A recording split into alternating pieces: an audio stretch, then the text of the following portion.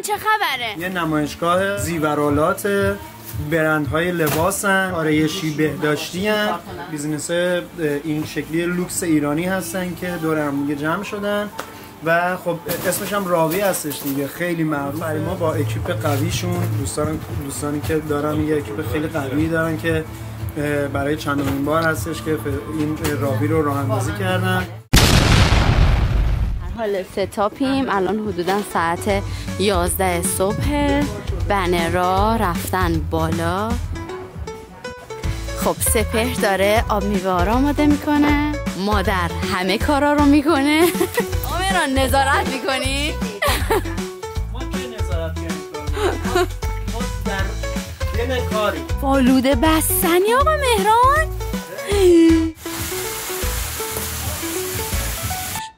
بریم داخل ببینیم چه خبره. اینو جمع برنده رو میتونیم ببینیم که به شرکت کردن. در ابتدای ورودی همه بیزینس هایی که اومدن رو از اینجا شروع میشه تا بریم داخل بچرخیم. خب همونطوری که گفتم یه فستیوال فرهنگی هنری و خیلی خوب و لاکچه‌ای هستش که تمام دوستانی که خیلی نقاشی میکنن، سفالگری میکنن، برند لباس دارن، جولری دارن، توی این نمایشگاه شرکت کردن. حالا توی این فستیوال در اصل بگیم شرکت کردن. و خب فستیوال راوی واقعا یکی از نه یکی از بهترین فستیوال ایرانیه که تو قسمت هنری و جولری و صنایع دستی داره کار میکنه. میشه که مثلا یه نمایشگاه که تازه اسم در کرده مثلا سری دومش اینجوری اینقدر پرپیمون میشه؟ اینو من بگم که اگر میبینید خیلی شلوغ نیست، چون اول وقت، خیلی اول. آره، افرادی که دارن این فستیوال رو برگزار میکنن افراد سرشناس این شهرن و خودشون خانومای هنرمندن، خانومای بیزینسمنن و افراد یکی از افراد ایشون یکی از افراد دوتا خانوم کار آرت انجام میدن، خودشون زیبان، کارشون زیباست، بیزینسشون موفقه و اصلا آدم واقعا وقتی نگاه میکنه لذت میبره. افرادی هستن که این بیزینس، یعنی این فستیوال رو راه اندازی کردن. به خاطر همینه که وقتی که بقیه خانومایی که بیزینس دارن تو شهر میبینن که افرادی که دارن این کار رو انجام میدن حرفه‌ای هستن، میان و صف میبندن برای اینکه بتونن شرکت کنن اینجا. نه همه کار دسته. تو آرت اسم برندشون هست؟ نه همه کار دست خودشونه. واسه شیک، همه خوشگل و همه کار دست. بعد حس متفاوتی هم دارن اینا. آره یه حس متفاوته، خیلی خیلی باحاله، به خاطر اینکه همه چی چون کار دست هستش و همه چی هنر آدم هاست.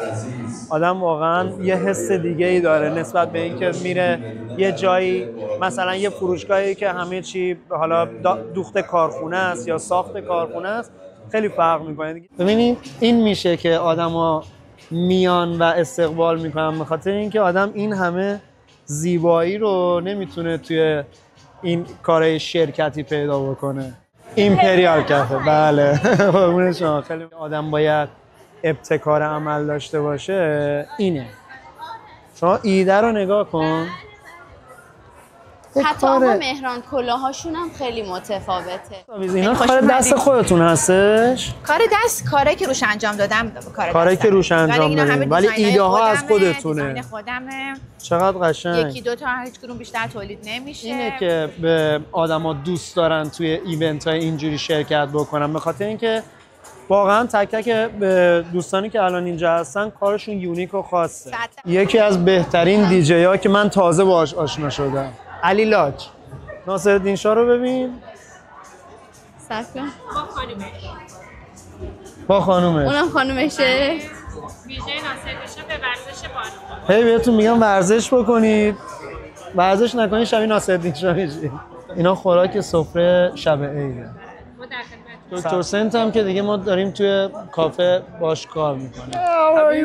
حبیبی کارشون خیلی خاصه، دوست داشتم که دوباره برسیم خدمتشون. مرسی محبت. یه توضیح در مورد کارتون ما هم بدیم. از 2015 ما شروع کردیم. متریالامون همیشه طبیعیه، چرم، چوبه و دوست داشتیم که دیزاین انقدر یونیک باشه که هر کی هر جا میگیره دستش همه ازش بپرسن اینو از کجا گرفتی، این چیه، اصلا یه سرنخی بشه برای صحبت کردن آدما با هم دیگه، برای میدونی اد کردن یه تاچ متفاوت به استایل. بله.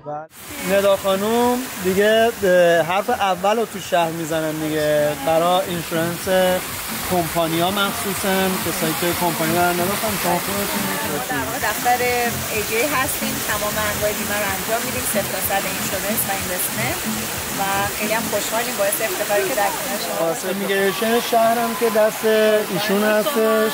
منم سلماس هستم، خوشحالم که اینجا ما هم خوشحالیم که در کنار شما هستیم. خواهش می‌کنم. خوش اخلاق، خوشمزه.